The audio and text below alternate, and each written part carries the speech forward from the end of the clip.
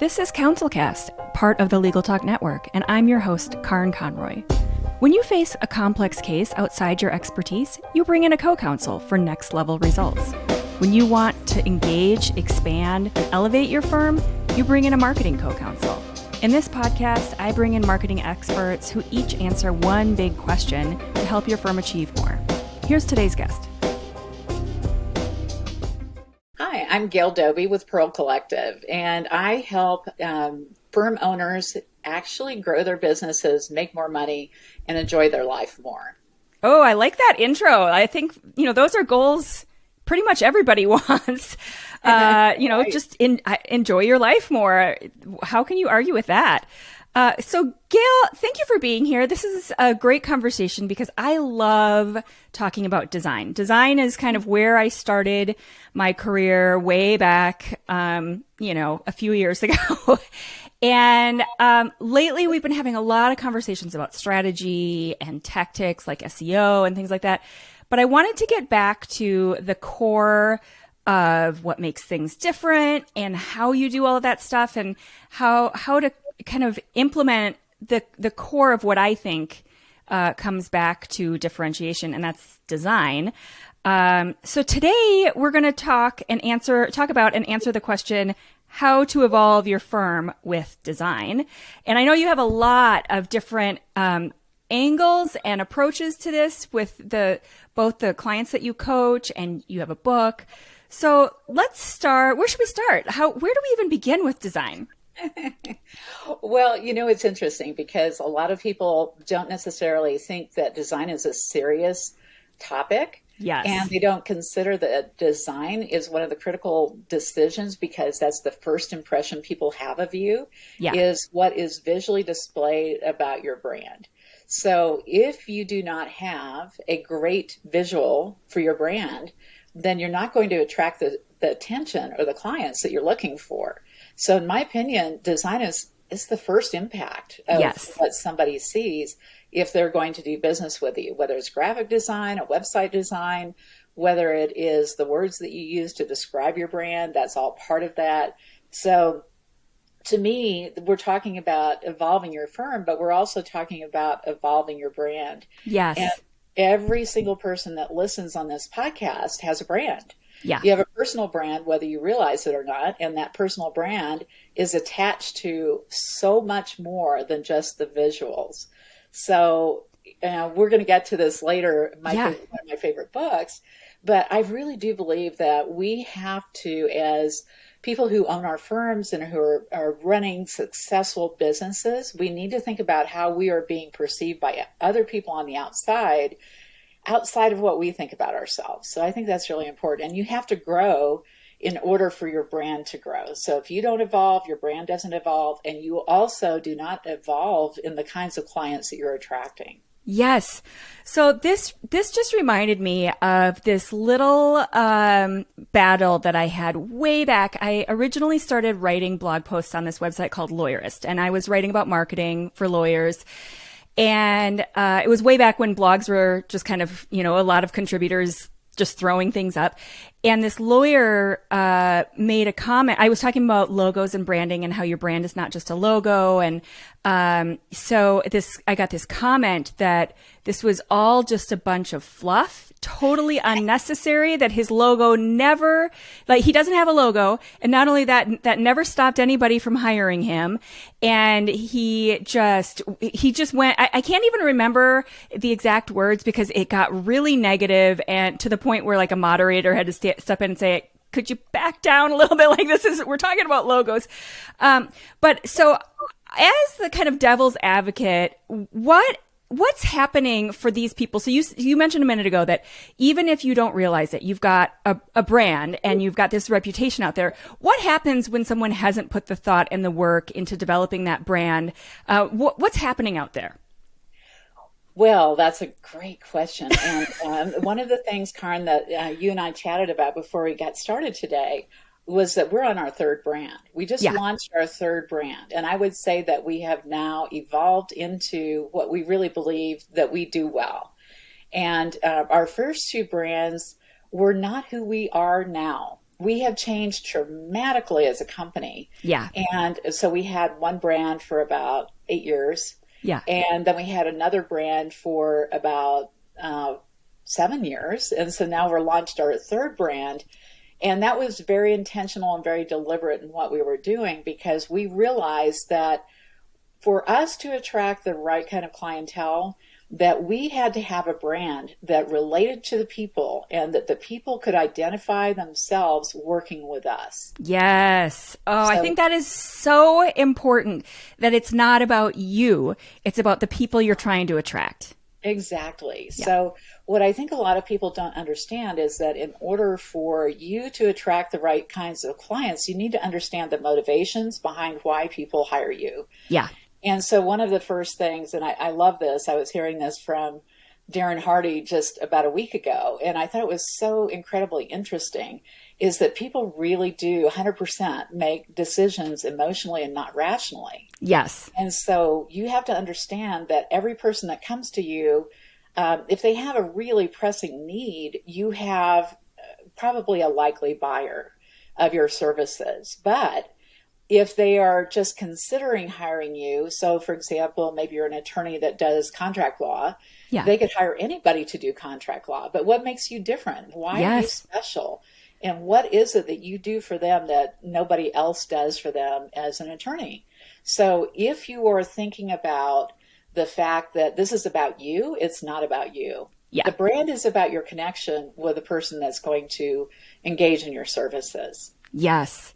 Yes. So what is happening in the example of the guy who kind of went to battle with me after on that blog post, and let's say he has he may not have even had a website at that point, because this was years ago, but he definitely had no branding, no logo. If he had a website, it was, kind of a business card on a web page. So what's happening in the mind if we are making these decisions emotionally? And I absolutely believe that. One of my favorite books of all time is Predictably Irrational. Have you read that book? Yeah, it's so good. There's so many good examples that just blow your mind about the way we think and make decisions. And I could talk about that all day long. I will digress. But so we are making these emotional decisions. What's happening in the case of someone who's considering hiring that guy? He lands on the page. It's just bare bones, no logo. Why would he trust that person? Yes. Because here's the thing. You have to create an emotional reaction from the visual of them coming to your website. They're not going to necessarily read a lot, but they want to look at someone who looks as if they can do a great job for you. Yeah. So you have to be thinking about and shifting your thinking from what we were talking about a few minutes ago, Karen, which is that you must get away from thinking about yourself. This is not about you. Yeah. And if you don't understand that, then your ego's in the way. I'm sorry for being direct, but it's so true though. Yes, absolutely. You think you're more important than your client. And if you think you're more important than your client, they may or may not hire you. So how do you shift that thinking for yourself? And this gets into that idea of evolving who you are as an owner of your firm. You must evolve as a person that understands that people make emotional decisions. Yes. So if that's the case, and I love this other piece that I got from this class of Darren's about a week ago, and it was talking about the different levels of how people make decisions. And so there's the one decision level, which is the head, and attorneys typically are in the head. Yeah, very analytical. Thinking about security and safety, those are two of the things, analytical things. So you're making rational decisions. But again, if you are speaking to that particular place of the brain for the people that you're trying to attract and have hire you, then you're missing the boat here, because that's probably not the way that they're really making that decision. Yeah. So the second level is more of the heart level, which is acceptance and belonging and all those things that are a little bit more touchy-feely, which probably would not appeal to your audience. Right. And the third level is the growing level. And I know this sounds really interesting, and I was just so fascinated with hearing this, because it's about ego, significance. It's about being head of the pack in the hierarchy.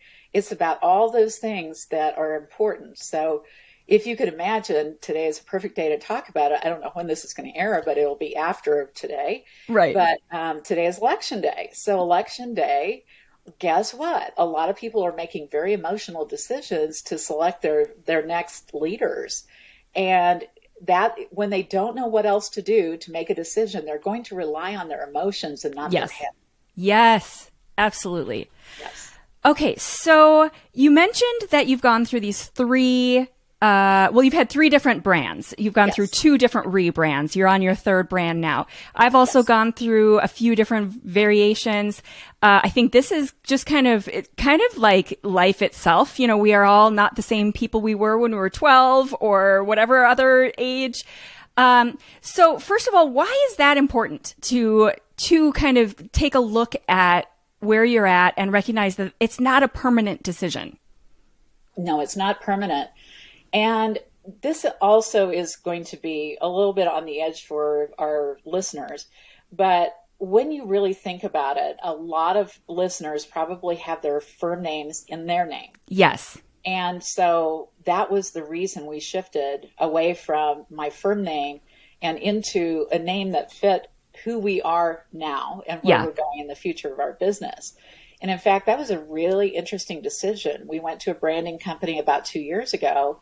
It's taken us 2 years to get it launched because we wanted to take our time. This is a big move. Yes. And so 2 years ago when we talked to him, he said to us, have you considered taking your name off the business because you're looking at succession planning for your business? Yeah. And so down the road, is this really the name that you should have on your business? And I said, okay, I'm open to it. Yeah. So, and he was right. And so what we did is we took a long time to think about it. And then we took a long time to execute because we knew that we had to make a big shift in who we were and how we were presenting ourselves to the clientele that we were trying to attract. Yeah. So in order to grow and in order to scale your business, and we have a good sized business, and we have several coaches on our team, we have a lot of people on our team. And so because of that, it's not all me anymore. Yeah. So if you have your name on the business, then they're wanting you. Yes. And yes. so if you continue to brand yourself that way and also design your brand around you personally, it may not fit the evolution of your company. Right. Because then when they're not getting you, they feel like that's not what they bargained for. And there's a disconnect there. And that makes a lot of sense. I know there are a few states in the past that where we've had clients where they had a requirement for having the last name in part of the firm name. I want to say they're mostly in the South, but I'm not 100% on that. But there's been ways to work around that. And so in terms of the way that works, I typically take it one case at a time. But I usually recommend if there's a way to be more creative with your name within the confines of the requirements of your state bar, of course, that it's always going to be a better marketing move because it's more memorable. It's less the assumed answer. And what if your last name is like Miller and there's like 75 of you within a 3-block, area? So trying to take your own name for all the reasons you described, but also from a competitive standpoint is usually a better option. So I'm going to make a statement, and this may or may not resonate with the listeners and also with you, but Karen, the reality is that people don't care about us. They care about what their needs are. And so our job is to stand out for other people to be able to make a quick decision. So we're trying to speed up the decision process. And so trust is a big deal, and how you're coming across in your design and also the verbiage that you use on your site is going to be really important to that. So you have to be very intentional about where you're going with your business and have that thought process that you are trying to create something that stands separately and that people can quickly make a quick decision emotionally about why they should work with you. Yeah, that's something, like you said, I've had a lot of clients push back on that, for the exact reasons you've described, because their ego is getting in the way. But especially when it comes to their bio pages and they're talking about themselves, and Right. they want to put every matter they've ever litigated going back the last 15 years. And just that is an ego exercise, because no one is going to read all of that. And just imagine you being that potential client. Why would I care about all of those cases? You're making a point that you've done these cases. Okay. You made point made, like move on. You don't need to say it 700 times. Well, they're looking at it that people are making decisions based on credibility. Of course, credibility is important. You can have a place to put all of your credentials. That's great, but connect with what people are going to use as a decision process to select you over someone else. That's where you really need to start. And that does not happen from an attorney writing in legalese on their website. It comes from a great copywriter that understands the differentiating of the brand and how to bring that out for the person.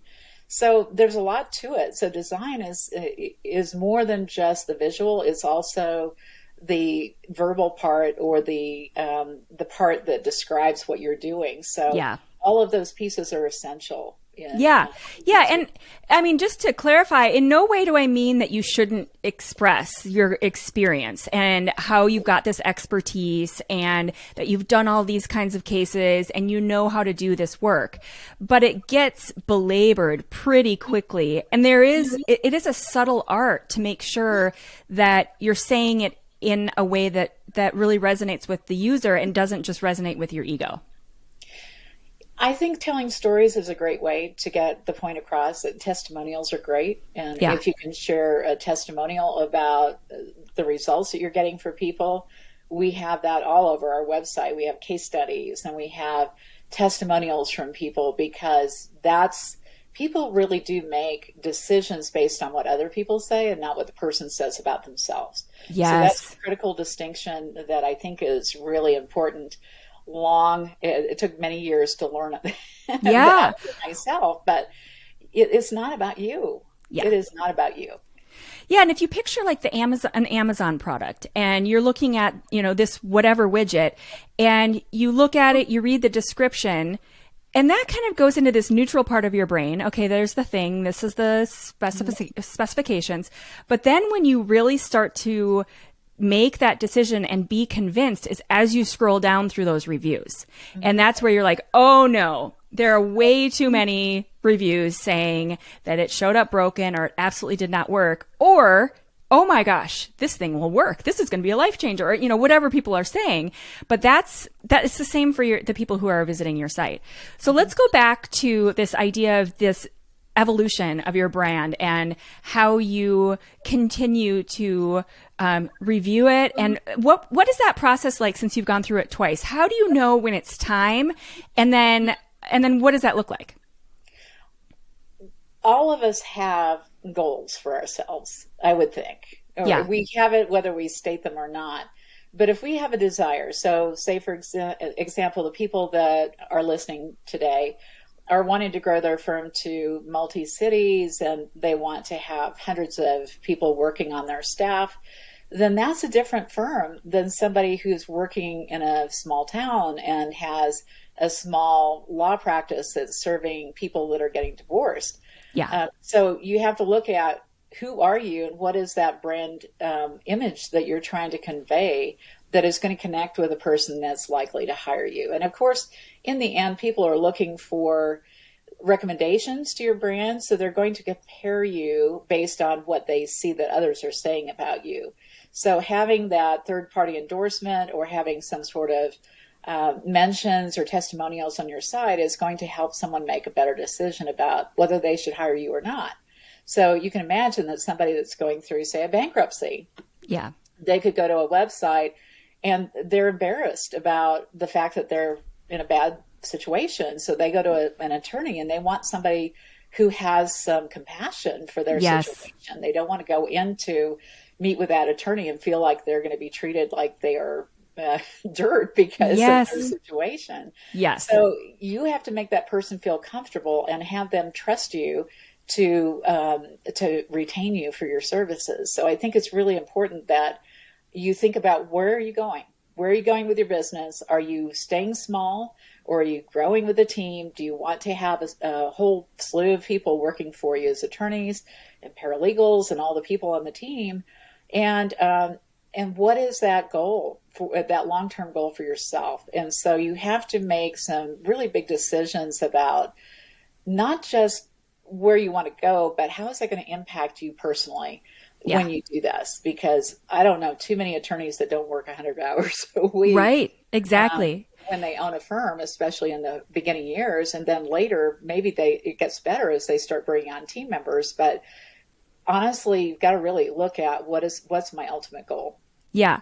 So then my next question is how that plays out in the visuals. And I have this example that I use quite often when I can tell a project is they don't quite get how to appropriately use visuals in terms of the overall messaging. Years ago, I worked with these two different attorneys who are both in a similar area, a similar metropolitan region, which shall remain nameless. And one they both did criminal defense. And one really understood the idea of connecting with their clients through the messaging on their site. And their messaging was all about the potential risks that were at stake for their potential clients and how they totally understand and empathize. They use these really just striking black and white images of people who looked serious, but not too like angry or depressed or whatever. The other guy or girl, I will kind of try to keep it just in case. Yeah, started out as a public defender and decided to go, out on their own. And their site was all police tape and handcuffs and I mean, just so as a potential, you're the same client for both of those potential firms. You're landing on the sites and one of them is telling you you're a criminal. And do you remember that time you got arrested? If you don't remember it, here's a picture of handcuffs to remind you. And if you don't remember it, here's the police tape and the, pictures of the spinning sirens and all of that. And then you click over to the other site and I understand that was probably the worst day of your life.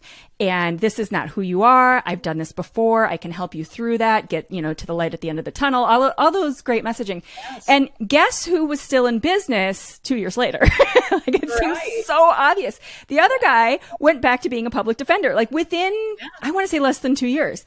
And so it absolutely played out in the success of their firm. But also from the beginning, I was like, I am not someone who just stays quiet about these things. I'm like, listen, I think you're going down the wrong road. Here's why. Here's why I don't think this is the right, message. And it's your call. It's your website. It's your firm. And they're like, okay, this is what I want to do. Like, all right, here we go. Let's see what happens.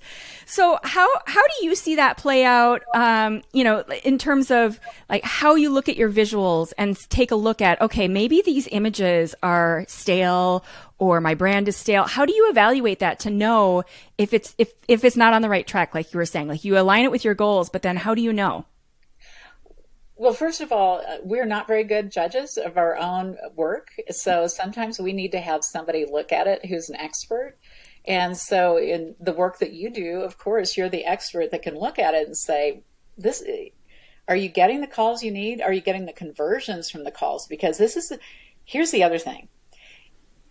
Every single person listening to this, you are a marketing firm that happens to sell legal services. Oh my gosh, I love that. That is so good. Yes. That was my final point of the day for our chat. But we'll come back to it because I feel like that is good enough we will definitely come back to that. Okay. So if you're not thinking about why people are going to choose you, then you're too wrapped up in your own ego.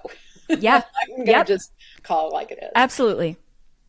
Yeah. So you got to have somebody look at it from the outside that's going to give you that honest opinion and say, if you were coming to somebody to be an attorney for, you've been thrown in jail, you feel like it's a wrongful suit, who are you going to go to? Somebody that you feel is going to make you feel worse about what you did, or somebody Yes. who's going to say, I have compassion for you. I care about you as an individual. And yeah, it didn't go so well for you in that situation, but I can help you with this. Yeah. So we need to look at what is the hope, what is the fear, what is the desire, what is the aspiration of your person that is coming to your website. So they have an avatar, and I'm sure you talk to your people about having some sort of a defined avatar of the person that's coming to you. How old are they? Yeah. What is their background? What are the things that they think about? What are their fears?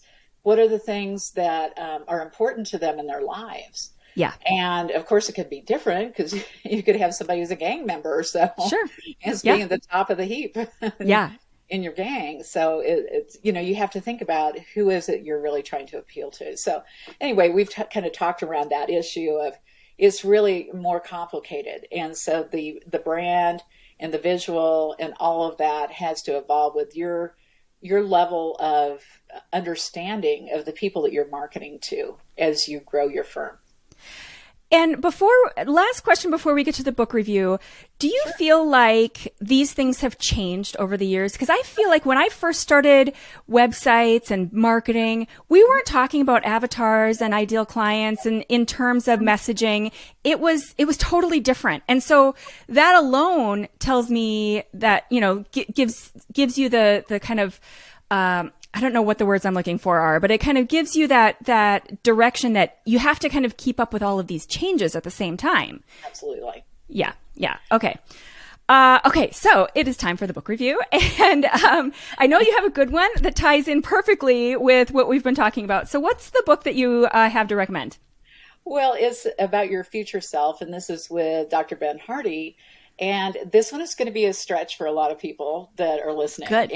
And it's because I do believe that one of the things I've learned, and I've been on this planet for a few decades, one of the things I've learned is that as we evolve as people and as we become more in tune emotionally with who we are, and as we understand what our goals and our aspirations are for ourselves, we become a better business person, a better leader, and a better employer, because as we grow personally, we also help to develop a culture within our company. We get in touch with what other people want as well as what we want, because we can always get more done when other people are on board with what it is that we personally want.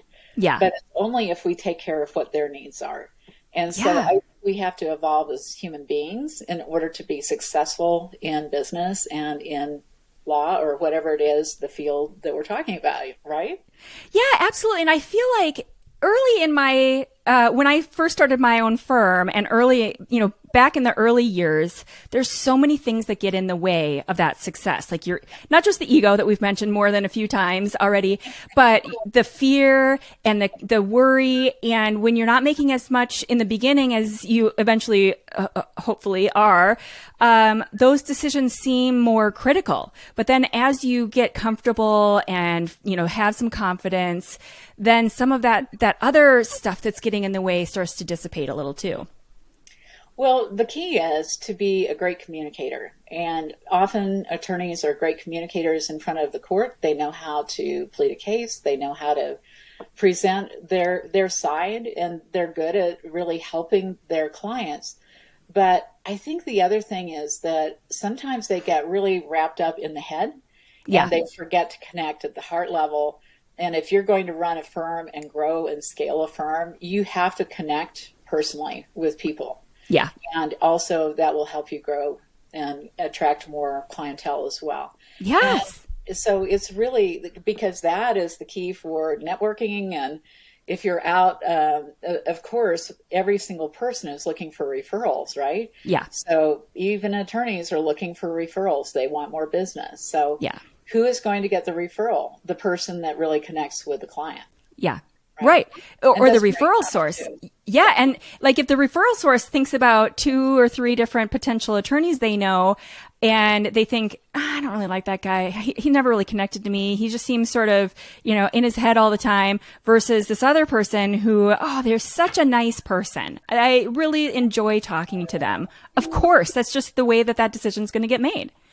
So yeah, because it's a trust thing that happens. And if people don't trust you, then they're not going to refer you. Of course not.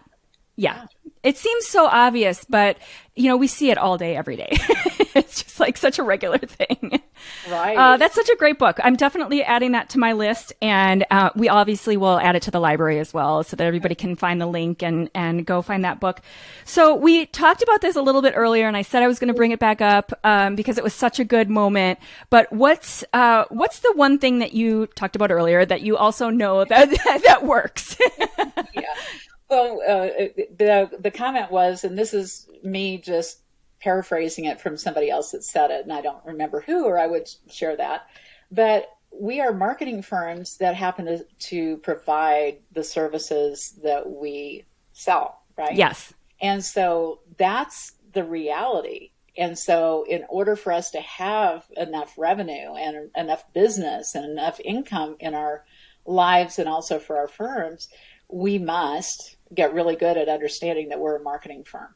Yes. Yes. And all you law firms out there are marketing firms that are selling legal services. And, yes, that is such a great place to kind of lock your mindset into and shift your thinking just slightly in terms of the way that you need to think about putting yourself out there. Oh, that's a great place to end, and a nice little kind of nugget for people to chew on for a little bit after the show. Good. So Gail Doby is the co-founder of Pearl Collective, which used to be called a few other things, but has evolved her brand through the thoughtful use of design and design strategy. And there's so many good, solid recommendations through this episode. So definitely feel free to back up and, find those great quotes. But we will also link to all of the resources in the book and her website and social media links and everything on the show page as well. Gail, thank you so much for this conversation. That was really, really a good one. Karin, it was my pleasure being here. Thank you so much. Thank you for listening to this episode of the CounselCast podcast. Be sure to visit our website at counsel-cast.com for the resources mentioned on the episode and to give us your feedback. If you enjoyed this episode, I would appreciate if you could rate and review the podcast on Apple and subscribe to your favorite podcast platform. See you on the next one.